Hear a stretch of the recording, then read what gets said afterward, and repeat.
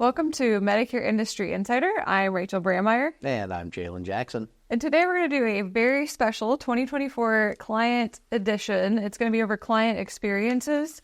And the main thing we want to encompass regarding this particular episode is just what the client experience looks like, the value of the agent, and what agents need to do to prepare clients for this coming year, because there will be a lot of changes and a lot of turmoil this year. There certainly will. So just as we did last year, we wanted to go through some research from CSG and from Deft Research talking about the value agents bring to the clients, what percentage of clients use agents for enrollment, and, kind of the confusion that people have around their health insurance, including 73% of seniors that say that health insurance coverage might be the most important financial decision they will make. I mean, if you think about that too, we always talk about like health and wealth go very, very closely together. So usually when people end up draining their savings, it's towards the very end of their life too. So I think that is important, and that is good to know that seniors are looking at health insurance as part of their financial well-being when they're older and when they're trying to figure out what direction to go. So as an agent, that is very, very important. We actually have another statistic on here that says 65% of seniors indicated having some worry over choosing the best plan option. So over half of seniors are very worried that they're making the right decision, and it is an important decision with very little open windows for them to make changes. Yeah, I heard a really hilarious analogy the other day that, choosing a Medicare plan is a lot like that scene from Indiana Jones and the Quest for the Holy Grail, where there's 45 cups on the table and one of them will save your life, but the rest of them will kill you.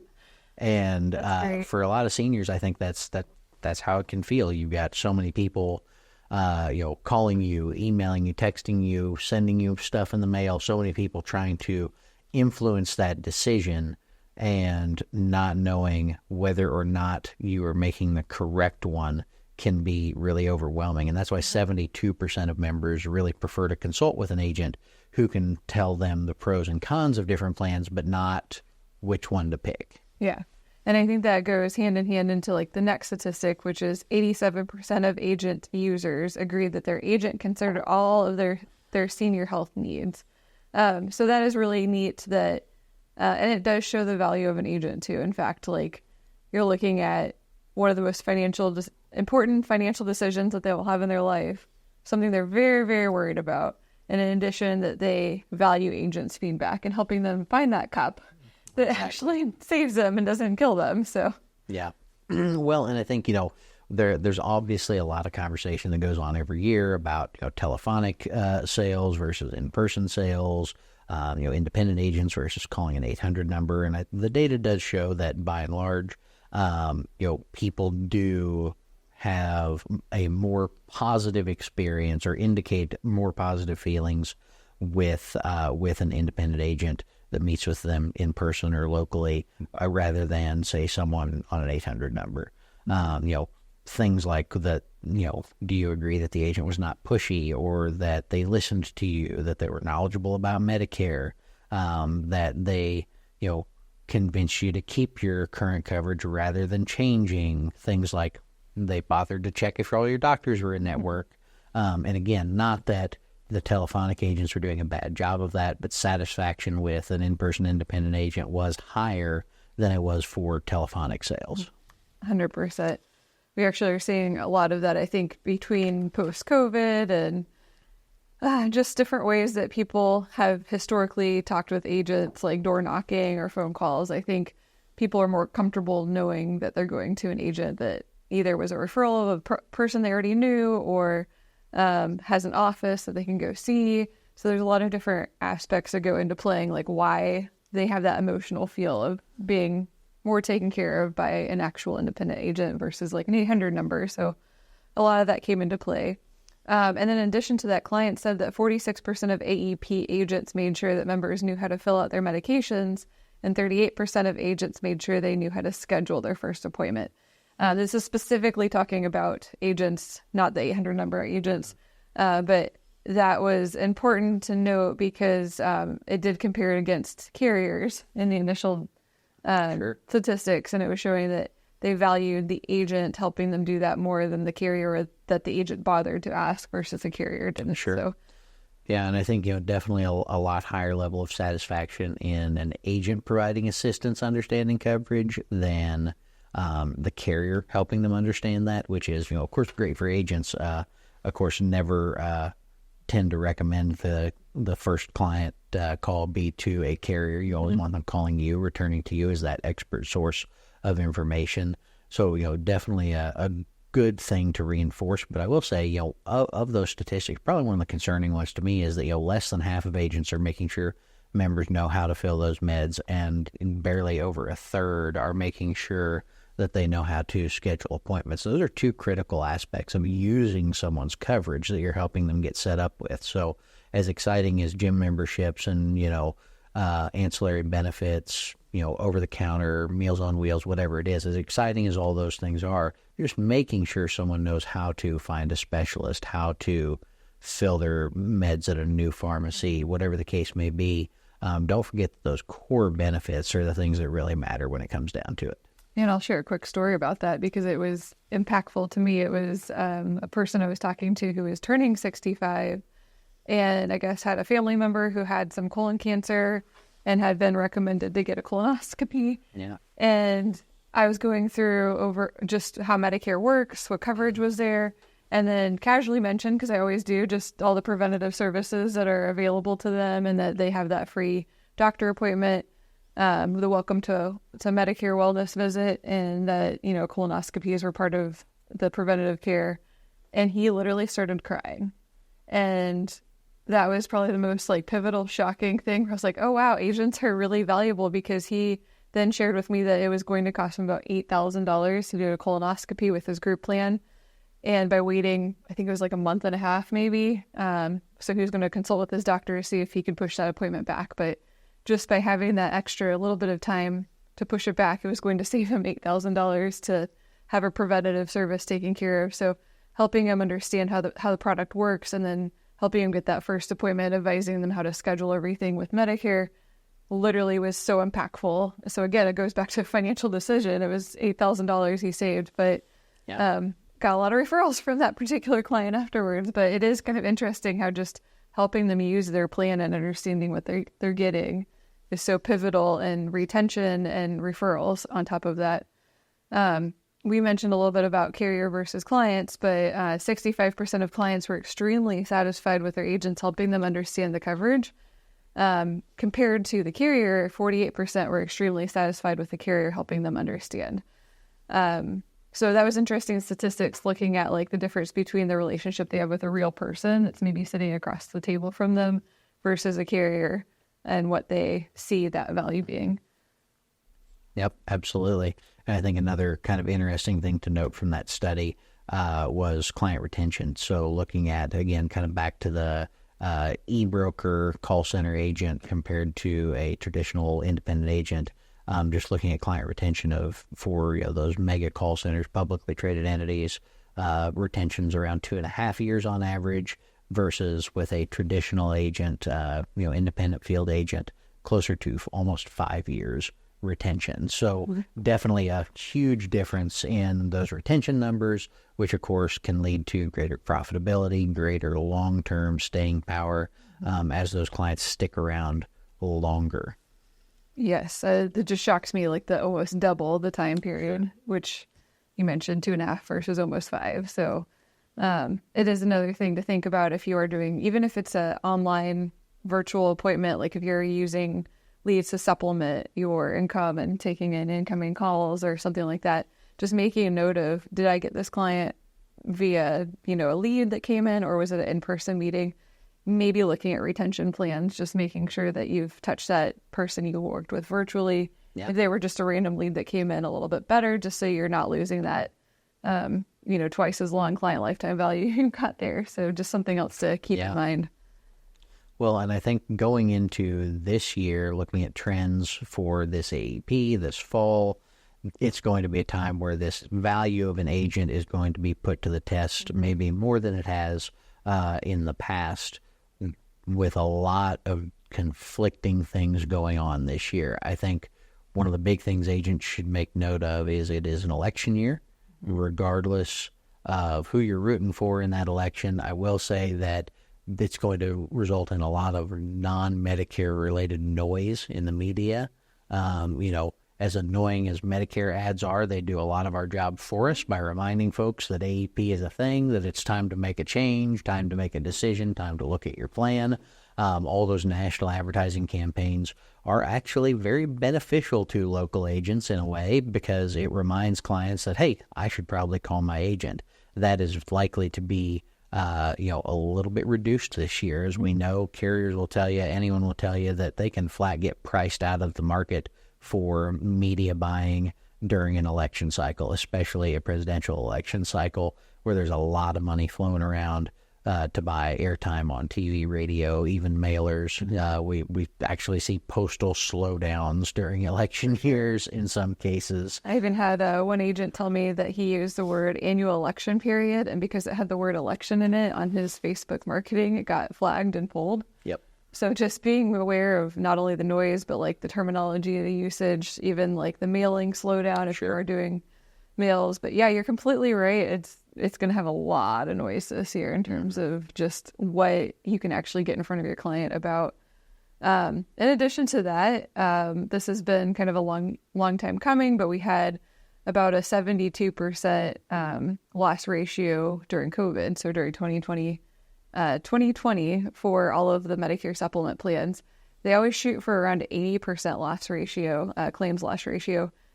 We are seeing higher than that in the last couple of years, and it's making carriers a little uncomfortable. We're looking around an 84% loss ratio. So what that is happening, what the carriers are kind of doing is trying to correct a lot of that. So this year, we're going to see a lot of double-digit increases with Medicare supplements. You'll see a lot of them rolling out as we continue through the year, which just means to double check with your clients, make sure you're talking to them. If they are not comfortable with that increase, talking through some options with them, because whenever people are uncomfortable, that's when they usually tend to switch or see if there's something else out there that's better. So if they're not hearing from you, that a lot of these changes, and we'll go through a lot more changes, but if they're not hearing from you, that's even more important. They may be looking elsewhere. Absolutely. And, beyond just the med sup rate increases, it's a great time to remind folks why they went with a Medicare supplement in the first place. Even if they do need to make a change to a different carrier, a different plan, it's just a good reminder of sit down with folks or call them on the phone, email them, whatever works for your clients.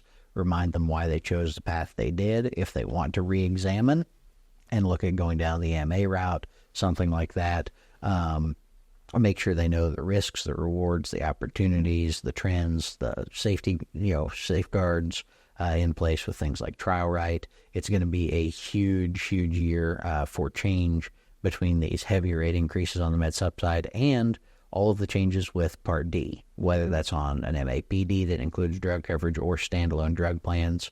The Inflation Reduction Act is really going to see kind of the full scale of some of the impact of that as we roll into 2025. Yeah, so lots of questions about the Inflation Reduction Act and how that will affect everything coming up in 2025. So the $2,000 max is definitely a concern for a lot of people, because in the future, what that's going to look like is, in the past, I guess, let me go backwards. In the past, that was the manufacturer and the client taking on the risk of that particular drug and paying that price. In the future, after 2025, anything over that $2,000 is going to end up being the carrier's responsibility. So the carriers are now trying to figure out, how do I mitigate that? How do I help? How do you predict that? You can't even predict that with the different costs of medications and knowing what clients are on different medications and just making sure that they're prepared for that. So lots more higher premiums probably coming down the pike with Part D. Looking at very large increases this year. So there will not be a $0 plan like we had this last year. Potentially. I mean, never say never. Yeah. We didn't think we'd see a $0 PDP last year. Well, and here's what I would tell folks. Obviously that was a huge kind of news moment for $0 standalone PDP. But I would tell folks that, Medicare Advantage plans have been offering $0 drug coverage for years and years and years. Now, they have some more levers to pull, some more ways to move that money around for sure, but definitely never say never. But I would say we can predict a general trend of higher premiums, tighter networks. I think one of the maybe not so much networks going away, but I think you'll start to see a widening gap between preferred and standard in-network pharmacies, maybe some heavier incentives for going to mail order than we even have seen in the past. Definitely a lot of things that carriers are going to try to do to contain some of those costs on the standalone Part D side. Now, they are going to be getting some new levers to pull on the CMS side where they can get some additional risk adjustments and things like that to help offset some of those costs. But it's still a little bit of new territory. Yeah, it'll definitely be interesting. I mean, we already saw one carrier pull their Part D for 2025 without even wanting to dip their toe into the Inflation Reduction Act year. So who knows? We might see more carriers pulling out. And then in terms of Medicare Advantage, you mentioned just they have a lot of levers to pull. They may be cutting back some of those levers so they can pull it. So we might see some network restrictions or benefit cuts with Medicare Advantage side as well. So just that being said, we talked supplement changes, Part D changes, and Medicare Advantage changes. Yeah. So meet with your clients. There's going to be a lot of changes this year. Absolutely. I think overwhelmingly, any concerns your clients have had in the past 3 or 4 years will just be amplified going into this annual enrollment period as we look at drastic shifts in benefit structure and plan design, looking at some of the concerns that people have around the country with, some of our past episodes. We talked a lot about small hospital closures, nursing home availability, and skilled nursing availability. You may have seen in the news earlier this spring some finalized rules regarding skilled nursing facility staffing requirements. And, the estimates are that a very small percentage of facilities can actually meet those requirements as of the time that came out. So as we've gone through the summer, I'm sure we'll see more changes to that and more people kind of rising to that occasion. But expect long-term care and skilled nursing to continue to be a really difficult place to find care, much less be able to afford it. I know in that previous episode we talked about one of the main reasons that hospital stays are increasing in length is not because of need, but because of the inability to discharge someone to post-acute care. And I think that is an issue that is going to continue to grow. So I think, if you're looking at folks in your book that have a Medicare Advantage plan, or even in some cases a Medicare supplement plan, that hospital indemnity type product could be a big benefit to them as they struggle to find that post-acute care and either end up discharged to home prematurely or have to sit in a swing bed for a number of days waiting for something to open up. Yeah. It is going to be interesting. So not only changes on their current coverage, but do they even have the ability to access it too? I think so. You brought up a good point about HIP and different product lines. So the other thing is don't discount the inflation, increased inflation that we've had across the board. You've probably seen it at the gas pump or at the grocery store. Well, hospitals are getting hit with it too. So it's costing insurance carriers a lot more money to take care of you, which is also causing, a lot more potential cutbacks on staffing, like who is actually a necessary person in that hospital, which is causing just a trickle down of effect in terms of, what does it cost to have the care that you used to have? So we're seeing that with a lot of different things, like we brought up the Medicare supplement, premium increases. I wouldn't discount the medical inflation being part of that as well. Absolutely. I think that's going to continue to be a trend. Medical inflation tends to be a little bit higher than the overall rate of inflation. So if you see that compared to pressures with, pay cuts to whether it's the physician fee schedule or the MA rate notice, lots of pressures on that side of the house to drive costs down. So it can definitely be another indicator that, that benefit squeeze may be happening for the next couple years. Never mind that there are a number of lawsuits challenging any number of provisions with the Inflation Reduction Act and with a lot of other things that CMS is doing right now, any of which being successful could drastically shift the way benefits are designed and administered to seniors and to Medicare beneficiaries. So certainly a hectic year. Yes, 100%. And I think just to switch gears just a little bit, to still continue on the trends discussion, the last thing I want to go over is just the tech savviness of people turning 65 or seniors who are 65, because we've heard over and over, years and years, seniors are not tech savvy. And I think it's important to like not discount that, because we've got some statistics we're going to list where it shows that they are. In addition to that, finding additional ways to duplicate yourself, whether that be running events, or maybe you're doing conference calls or virtual meetings where people are meeting face to face on a screen instead. Just different ways that you can find to duplicate yourself to get in front of every single senior. Another statistic that like is huge is we are ramping up this year, and for the next 4 years, we'll have the highest amount of boomers hitting 65. I believe it's 11,200 seniors turning 65 a day. So our traditional 10,000 a day is ramped up even more. So not only retaining the current clients you have, but just continuing to service the clients you have, and then gain more clients is going to be important this year, because you've got more people than ever turning 65 every day. But from a 2021 study, 85.5% of people 65 plus use email. That's very important, because a lot of like applications you can sign by email now. Absolutely. Communication, it's a lot cheaper to email someone than to send it by mail, especially with election year coming up now. Absolutely. Well, and I think just looking at the numbers, I mean, you look at someone who's turning 65 this year, they were still in their 30s when Windows 98 came out. If they had any kind of professional job during that time, they have probably had an email for the better part of 30 years. It is becoming more and more common to have very, very tech-savvy seniors, people who know how to use not just basic things like email, texting, smartphones. Smartphone use amongst seniors is drastically increasing, and including social media. Of the 250 million Facebook users, 12.1% are over the age of 65. And that seems like a small number, but it's really a lot of people, really a lot of folks over 65 that are using social media like Facebook, TikTok, Instagram, all of the above, that can be reached there either through advertising or means of communication in some cases. But there's a lot of opportunities to start reaching people through those novel methods that really should be on the forefront of your mind going into this year. How can you reach people in a way that they are comfortable with, that they are familiar with, and that is maybe more cost effective for you as the agent? Yeah, and that's why it's important to collect all different things from your client, like texting, like what's the best way to communicate with you? Is it texting? Is it email? Is it phone? I wouldn't just assume a phone call is what they're looking for.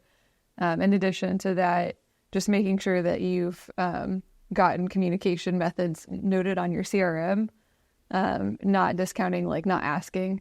And then I know a lot of people are using Google reviews. I would definitely look at that as an option too. Yeah, Google and Facebook reviews, absolutely critical to success. I would say that, if I had to call out to any particular agent that is wondering how to get more clients to AEP, getting a good base of reviews, a good base of consumer feedback is definitely a critical aspect of that. When people find you online, what are they finding? And the answer needs to be they're finding other people vouching for you in the form of... I mean, that's how I make all buying decisions now. I go on Amazon and I look how many star ratings and how many people have done reviews. So I think, that's how people are making decisions now. It's an easy way to ask a friend without actually asking a friend how many people have vouched for this organization or this person. And then if we will look, shifting gears just a little bit, but just we talked about utilizing the benefits. One of the benefits on a lot of Medicare Advantage plans is telehealth. I wouldn't discount mentioning that to clients and to your, especially your senior clients. In fact, in May of 2019, only 4% of older adults participated in telehealth after COVID. And it wasn't even that far after COVID. In June 2020, the study says that it rose to 30%. So I think people utilizing telehealth and servicing themselves that way first before they spend time going to a doctor is important to at least mention to the clients and helping them get set up on those services too if they are available. Yeah, and especially, the telehealth is going through such a transition right now with the existing telehealth flexibilities right now slated to end at the end of 2025. There's a lot of discussion in Congress and with the regulatory agencies whether or not to extend or make permanent those flexibilities for telehealth. You've seen a lot of stalwart proponents of telehealth services, even like United Healthcare, that recently shuttered their Optum Virtual Health. So kind of a departure from this telehealth promotion. Not that they're getting rid of all telehealth by any means, but shutting down that one division. So it's really an interesting time in telehealth that you're starting to see some back pressure against what is obviously an extremely valuable service. If you start looking at some of the changes to star ratings measurements, as you look at especially mental health being given such a significantly heavier weight in the star ratings formula, things like virtual care, telehealth are going to be more important than ever. Because when it comes to mental health, it's simply an issue of provider volume. There are not enough providers in most areas to service the need. So the ability to work with someone remotely could be a critical part of meeting those minimum network requirements, of meeting those needs of Medicare beneficiaries when it comes to mental health. Yeah, and you've got, if you just put yourself in a caregiver situation too, just utilizing telehealth, opposed to having to get this person dressed, find transportation for them, sit in a waiting room where they may get sick because they're around other sick people. There's so many benefits to it. So helping them utilize it while they still have it. Hopefully it will continue in 2025. But little things like that where you are utilizing technology to enhance your business, streamline your business, duplicate yourself during this very critical, crazy year is super important. Yeah, I think just kind of in closing, just a reminder that, as an agent, we know for a fact that Medicare beneficiaries value your opinion, your advice. They trust you to provide them with correct and accurate information. So don't ever discount that. Don't feel like it's not a valuable service you're providing, and find ways to make that decision a little more clean, a little more easy for those clients as we go into such a change-filled AEP and year. Make sure that you're communicating constantly with those clients and prospects in a way that provides them a sense of security and certainty in their decision to work with you. And I think if I have one big takeaway in addition to that, because it was very, very good, would just be find a way to meet with as many people as you possibly can this year and just prepare them and make sure that they remember that you're still there. Yeah. I think this is a critical year in terms of change, and when there's a lot of change and turmoil going on, it kind of pushes people to look elsewhere or try and why didn't my agent talk to me about this, or what is going on, and they may look elsewhere unintentionally too. So just find a way to duplicate yourself now. You can collect scopes 12 months in advance. You can start collecting drug plans, all their the drugs that they currently take. Just start preparing your office for maybe system preparation. Anything you can do to get in front of as many people as possible this year, because there will be a lot of noise, there will be a lot of changes, but agents are very valued. So with that, we will close off this particular episode. Thank you so much for watching Medicare Industry Insider, and we'll catch you next time.